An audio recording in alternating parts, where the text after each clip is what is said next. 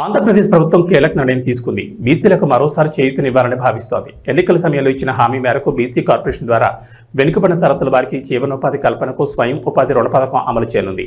ఈ మేరకు బీసీ సంక్షేమ శాఖ అధికారులు ప్రతిపాదనలు సిద్ధం చేయగా గతంలో 50% రాయితీతో గరిష్టంగా 2 లక్షల వరకు ఆర్థిక భరోసా ఇచ్చింది. ఇప్పుడు ప్రభుత్వం 5 లక్షలకు పెంచి 3 స్లాబుల్లో అందించాలని నిర్ణయం తీసుకున్నారు. అయితే ఈ రుణ పథకానికి సంబంధించి ప్రతి స్లాబ్లోనూ లబ్ధిదారులు తమ వాటాగా 10% చెల్లించాల్సి ఉంటుంది. రాష్ట్ర ప్రభుత్వం 40% రాయితీ ఇచ్చి మిగిలిన 50%ను బ్యాంకు నుంచి రుణంగా మంజూరు చేస్తారు. ఇలా ప్రతి ఏటా 1.25 లక్షల మంది బీసీలకు స్వయం ఉపాధి యూనిట్ల ఏర్పాటుకు చేయూత అందించాలని ప్రతిపాదనలున్నాయి.